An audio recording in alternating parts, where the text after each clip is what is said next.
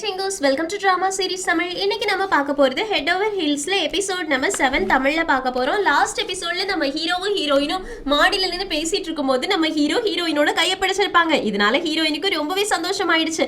Night வேலைக்கு வந்ததுக்கு அப்புறமா ஒரு ஆள் வந்து சொல்றாங்க, நான் நிறைய தடவை கவர்மெண்ட் எக்ஸாம் எழுதிட்டேன், இந்த தடவையாவது எனக்கு வேலை கிடைக்குமான்னு.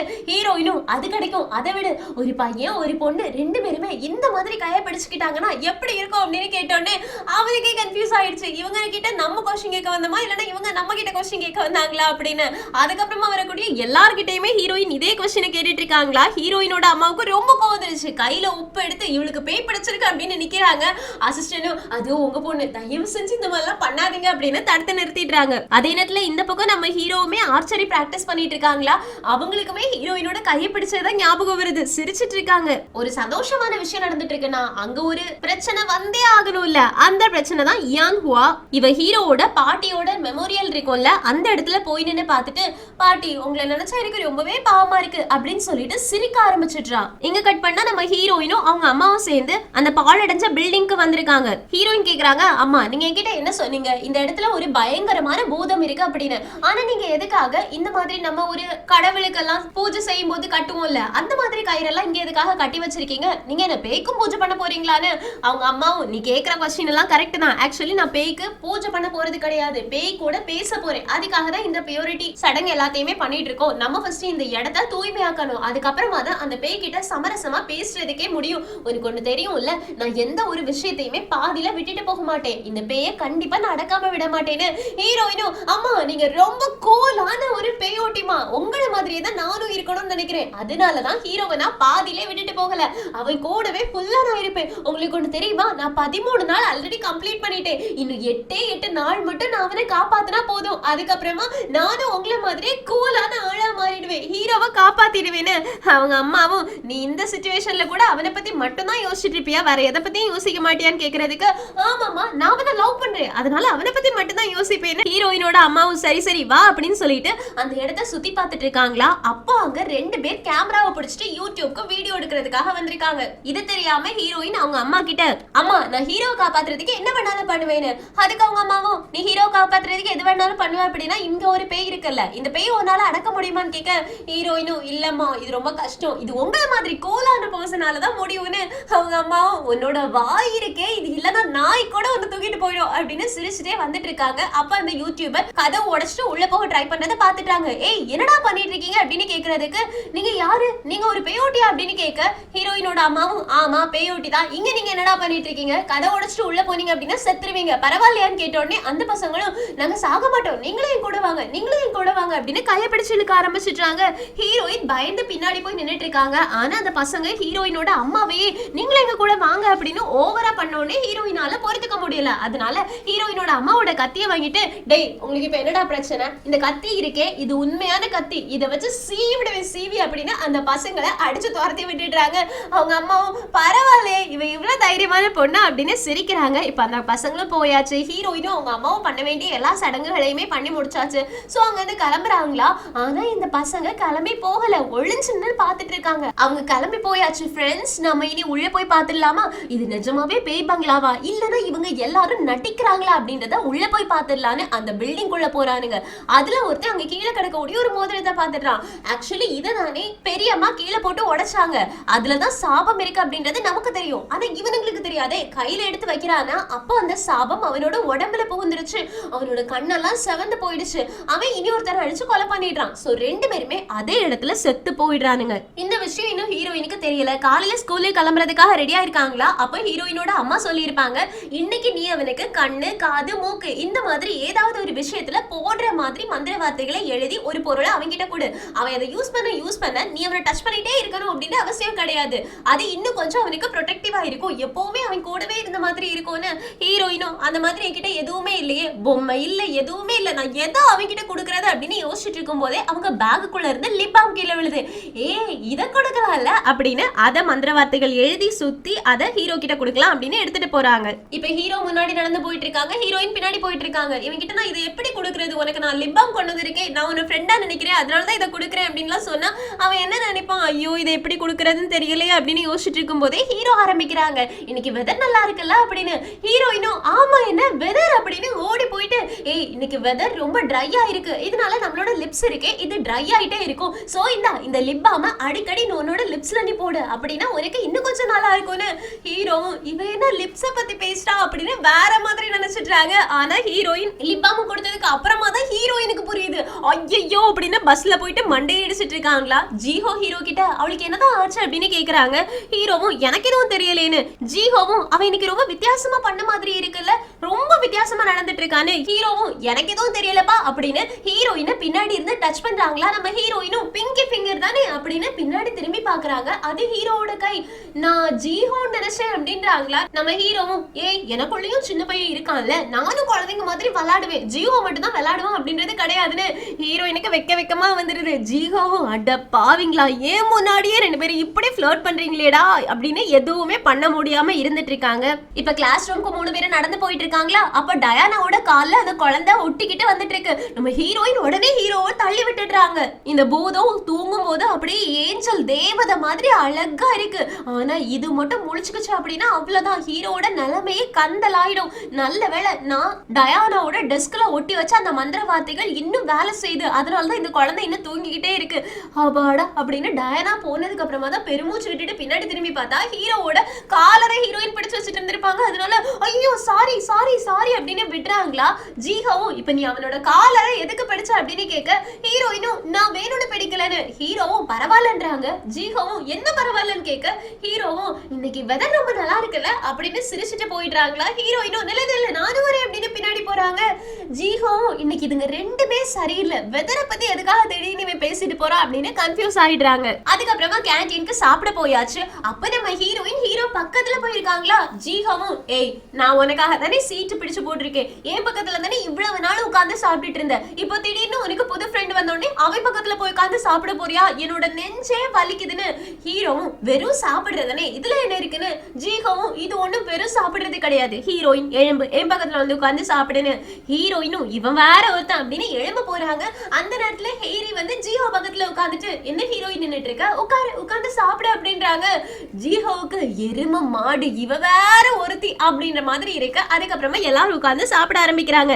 நம்ம ஹீரோவுக்கு ஹீரோயின் பக்கத்துல இருந்து சாப்பிட்ட உடனே ரொம்ப பிடிச்சு போயிடும். ஆனா அந்த நேரத்துல கூட ஆப்போசிட் டேபிள்ல டாப்பர் இருக்காங்கல்ல, அவங்கள அந்த புள்ளி பண்ற பையன் எப்ப பார்த்தாலும் புள்ளி பண்ணிக்கிட்டே இருக்கான். நம்ம ஹீரோயின் திரும்பி பாக்குறாங்களா. எல்லாருமே புள்ளி பண்றதை பார்த்து அச்சோ பாவம் அப்படின்னு நினைச்சிட்டு இருக்கும்போது நம்ம ஹீரோயின் மட்டும் அவனோட கால்க்கு கீழே குட்டி பப்பி இருக்கும்ல அதை பார்த்து போக்கி போக்கி அப்படின்னு கியூட்டா பார்த்து சிரிச்சிட்டு இருக்காங்க. ஹீரோவும் ஜீஹோவும் அதை பார்த்துட்டு இவன் எதுக்காக அவனுங்களை பார்த்து சிரிக்கிறா அப்படின்ற மாதிரி யோசிக்கிறாங்க. அதுக்கப்புறமா கிரவுண்ட்ல போய் உட்காரும் போதும் அந்த புள்ளி பண்ற பசங்க நடந்து போயிட்டு இருக்கும் போது ஹீரோயின் போக்கி போக்கி நீ எவ்வளவு கியூட்டா இருக்க அப்படின்னு பார்த்து சிரிக்கிறாங்களா. ஜீஹோக்கும் ஹீரோக்கும் இவனுங்களை பார்த்து கியூட்னு சொல்றாளா அப்படின்ற மாதிரி கோவம் வருது. அதனால ஜீஹோ நேரா போயிட்டு ஹீரோயின் கிட்ட நீ ஹீரோவை ஹேண்ட்ஸம்னு சொல்லு கியூட்னு சொல்லி என்ன வேணாலும் சொல்லு, அதை கூட என்னால சகிச்சுக்க முடியும், ஆனா போயும் அந்த புள்ளி பண்றானே அவனை நீ கியூட்னு சொல்லிட்டு இருக்க, உன் கண்ணு என்ன மழுங்கி போச்சா அப்படின்னு கேட்க ஹீரோயினும் நான் ஒன்னும் அவனை பார்த்து கியூட்னு சொல்லல, அவன் பக்கத்துல ஒரு கியூட்டான நாய்க்குட்டி போகுது அதை பார்த்துதான் கியூட்னு சொல்றேன்னு. ஜீஹோக்கு அப்பதான் நிம்மதியே வருது, நல்ல வேலை பான்னு. ஆனா இது தெரியாம நம்ம ஹீரோ டாய்லெட் போகும்போது அந்த புள்ளி பண்றவனுங்க சிகரெட் குடிச்சிட்டு இருப்பானுங்களா, அவனுங்களும் என்னடா என்ன எதுக்காக எங்களை முறைச்சு பாக்குறேன்னு. ஹீரோக்கு ஹீரோயின் அவனுங்களை பார்த்து கியூட்னு சொன்னதான் ஞாபகம் வரும். அதனால பக்கத்துல போயிட்டு உங்களை பார்த்தாலும் கியூட்டா தெரியல அப்படின்னு கோவமா போயிடுறாங்க. அந்த பசங்களும் இப்ப இவன் எதுக்காக நம்மளை பார்த்து இப்படி சொல்லிட்டு போனா அப்படின்னு திட்டிட்டு இருக்காங்க. அந்த பக்கம் நம்ம ஹீரோயின் ஜீஹோ கிட்ட எல்லா விஷயத்தையுமே சொல்லிடுறாங்க. ஆக்சுவலி அந்த புள்ளி பண்ற பசங்க இருக்காங்கல்ல அவங்க எல்லாம் இப்போ எனக்கு பெரிய பிரச்சனையா தெரியல, டயானாவோட காலை ஒட்டி ஒரு சின்ன பாப்பா இருக்கு, அது ஒரு பூதம், அதை நினைச்சாதான் எனக்கு பயமா இருக்கு, அது எதுவும் பண்ணிடக்கூடாதுன்னு. ஜீஹோவும் அது என்ன பண்ணும் அப்படின்னு கேக்குறதுக்கு ஹீரோயின் சொல்றாங்க நீ டயானா கூட உட்காந்து சாப்பிடும் போது அவ கூட பேசும்போதெல்லாம் உனக்கு மூச்சு அடிச்ச மாதிரி எங்கேயாவது வலி வந்த மாதிரிலாம் இருந்ததே கிடையாதான்னு. ஆக்சுவலி ஹேரிக்கு அந்த மாதிரி ரியாக்ஷன் எல்லாம் இருந்திருக்கும், டயானா கூட உட்காந்து சாப்பிடும் போதெல்லாம் அவளுக்கு வாமிட் வர மாதிரி இருக்கும், இருந்தாலும் அவ அதெல்லாம் பெருசா எடுத்துக்கிட்டது கிடையாது. ஹீரோயின் கிட்ட ஜீவோ அந்த விஷயத்த சொன்னோடனே ஹீரோயின் சொல்றாங்க அப்படின்னா உனக்கு நிஜமாவே அந்த மாதிரி எதுவுமே வந்தது கிடையாதா, அப்படின்னா உன்னோட வில் பவர் ஜாஸ்தியா இருக்குன்னு. ஜீவோவும் அப்படியே அப்படின்னு கேட்க ஹீரோயினும் உன்னோடதுல பாதி இல்ல கால்வாசி ஹீரோக்கு இருந்தா கூட ஹீரோ நிஜமாவே எந்த ஒரு பேயும் பார்த்து பயப்பட வேண்டிய அவசியமே கிடையாது, ஆனா அவனுக்கு இல்லையேன்னு. ஜீஹோவும் எப்ப பார்த்தாலும் ஹீரோ ஹீரோ ஹீரோ ஹீரோ அவனை பத்தி பேசுறது தவிர உனக்கு வேற எதுவுமே கிடையாது அப்படின்னு கேட்க ஹீரோயினும் ஏன்னா நான் அவனை லவ் பண்றேன், நான் லவ்ல இருக்கக்கூடிய கேர்ள், அவனை பத்தி தான் பேசுவேன், நான் அழகா இருக்கேன்னா லவ்ல இருந்தா அழகா இருப்பாங்கன்னு எல்லாரும் சொல்லுவாங்க, நான் எப்படி இருக்கேன் அப்படின்னு ஜீஹோ முன்னாடி கேக்குறாங்களா. ஜீஹோக்கு ஐயோ இப்ப இதை பத்தி பேசிதான் ஆகணுமா அப்படின்னு திரும்புறாங்க. ஹீரோயினும் ஏன் நான் அழகா இல்லையான்னு கேக்குறதுக்கு ஜீஹோவும் ஹீரோ ஒன்ன விட அழகா இருக்கான் போதுமா அப்படின்னு சொன்னோடனே ஹீரோயினும் ஆமா அவன் கியூட் தான், அவன் லவ் தான், நான் அவனை ரொம்ப லவ் பண்ணேன் அப்படின்னு கொஞ்சம் ஆரம்பிச்சிடுறாங்க. ஜீஹோவுக்கு ஐயோ இவளை நான் லவ் பண்றேன் ஆனா இவ இதை புரிஞ்சுப்பாளா புரிஞ்சுக்க மாட்டாளா அப்படின்ற மாதிரி இருக்கு. பாவம் ஜீஹோ வர வர ரொம்பவே அஃபெக்ட் ஆயிட்டு இருக்காங்க ஹீரோவும் ஹீரோயினும் லவ் பண்றதுனால. இங்க கட் பண்ணா அந்த பாழடிச்ச பங்களால 2 பேர் இறந்து போனாங்கல்ல, அது நியூஸ் ஆயிடுச்சு. போலீஸ்காரங்க எல்லாருமே வந்து நிக்கிறாங்க. அப்போ அந்த கிளையண்ட் இருக்காங்கல்ல, அவங்க வந்து ஹீரோயினோட அம்மா கிட்ட நீங்க என்ன சொன்னீங்க, இங்க எந்த பிரச்சனையுமே இனி வராது அப்படின்னு தானே சொன்னீங்க, ஆனா பாருங்க இப்ப பிரச்சனை வந்துருச்சு, நாங்க என்ன பண்றது அப்படின்னு கேக்குறதுக்கு ஹீரோயினோட அம்மாவும் நான் உங்ககிட்ட காசை திருப்பி கொடுத்துட்டேன் அப்படின்றதுக்காக இந்த பேயெல்லாம் அடக்க மாட்டேன்னு கிடையாது, என் கூட பெரியம்மான்னு ஒருத்தவங்க வந்திருந்தாங்க தெரியுமா, அவங்க வந்துட்டு இங்க நிறைய வேலைகளை பண்ண சொல்லியிருக்காங்க, அந்த வேலைகளை நான் பண்ணிட்டு இருக்கும்போது இந்த பசங்க தேவையில்லாம உள்ள வந்து செத்து போயிட்டாருங்க, இங்க யாரும் சாவக்கூடாது அப்படின்னா யாரையுமே உள்ள விடாதீங்க, பியூரிபிகேஷன் ப்ராசஸ் முடிஞ்சதுக்கு அப்புறமா இந்த பேய் இங்க இருந்து நான் துரத்தி விடுறேன்னு உடனே அவங்களுக்கு ரொம்ப சந்தோஷமாயிடுச்சு. தேங்க்யூ தேங்க்யூ தேங்க்யூ அப்படின்னு தேங்க்யூ சொல்லிட்டு இருக்காங்க. இந்த பக்கம் ஹீரோ ஹீரோயின் ஜீஹோ 3 பேருமே வீட்டுக்கு கிளம்பி வந்துட்டு இருக்காங்க. அப்போ ஜீஹோ இந்த புள்ளி பண்ற பசங்க எல்லாருமே கிளீன் பண்ணிட்டு இருக்கத கவனிக்கிறாங்க. இவங்களோட கிளீனிங் வேலை தான் ஆல்ரெடி முடிஞ்சிருச்சு, இப்போ எதுக்காக இவங்க கிளீன் பண்ணிட்டு இருக்கானுங்க, அந்த விஷயம் உனக்கு தெரியுமான்னு கேட்க ஹீரோ எனக்கு எதுவும் தெரியாதுன்னு சொல்லிடுறாங்களா. ஹீரோயினுக்கு அவங்க அம்மா கால் பண்ணி கூப்பிடுறாங்க. அதனால ஹீரோயினும் எனக்கு பார்ட் டைம் ஜாப் இருக்கு நான் கிளம்புறேன்னு. ஜீஹோ ஹீரோ 2 பேருமே நாங்க உன்னை டிராப் பண்ணலான்னு கேட்க ஹீரோயினும் தேவையே கிடையாது நான் கிளம்புறேன் பாய் அப்படின்னு அங்க இருந்து ஓடி போயிடுறாங்க. அப்பதான் ஹீரோயினுக்கு ஒரு விஷயம் ஞாபகம் வருது, இன்னைக்கு ஹீரோவோட கையை டச் பண்ணலேன்னு. அதனால டக்குன்னு திரும்பி வந்து ஹீரோ நாளைக்கு மீட் பண்ணலாம் அப்படின்னு கையை டச் பண்ணிட்டு ஹீரோவை மட்டும் டச் பண்ணா ஹீரோக்கு சந்தேகம் வரும்ல, அதனால ஜீஹோவோட கையை டச் பண்ணிட்டு நாளைக்கு பார்க்கலாம் ஜீஹோ அப்படின்னு பாய் சொல்லிட்டு ஓடி போயிடுறாங்க. இவனுங்க 2 பேருக்கும் ஐயோ நமக்கு எந்த சான்ஸும் கிடைக்காது போல இருக்கு இவ கூட பழகிறதுக்கு அப்படின்ற மாதிரி பாத்துட்டு இருக்காங்க. இந்த பக்கம் நம்ம ஹீரோயின் எங்க போயிருப்பாங்க அப்படின்னா அவங்க அம்மா கூட பங்களாவை கிளீன் பண்றதுக்காக தான். 2 ஆவிகள் இறந்து போயிருக்குல்ல, சோ அவங்கள பிடிச்சு இழுத்து வெளியில கொண்டு வந்து அவங்கள பிரிட்ஜை கிராஸ் பண்ண வச்சு சொர்க்கத்துக்கு அனுப்பி வைக்கணும், அதுக்காக தான் இந்த ப்ராசஸ பண்ணிட்டு இருக்காங்க. அதே நேரத்துல இந்த பக்கம் நம்ம ஹீரோ ரொம்ப சந்தோஷமா வீட்டுக்கு நடந்து போயிட்டு இருக்கும் போது அவங்க முன்னாடி யான் ஹுவா வந்து நிக்கிறா. அவளை பார்த்த உடனே ஹீரோக்கு செம ஷாக் ஆகும். நீங்க என்ன பண்ற அப்படின்னு கேக்குறதுக்கு இத உனக்கிட்ட குடுக்கறதுக்காக தான் வந்திருக்கேன் அப்படின்னு ஒரு பாக்ஸ்ல ஹீரோ ஃபியூனரல் ஹால்ல கொண்டு போய் வச்சிருப்பாங்கல்ல, அந்த பிக்சர்ஸ் எல்லாத்தையுமே எடுத்துட்டு வந்து அதுல பாட்டியோட ஃபேஸ் ஃபுல்லா என்னதெல்லாமோ எழுதி வச்சு அது கீழே போட்டுருவா.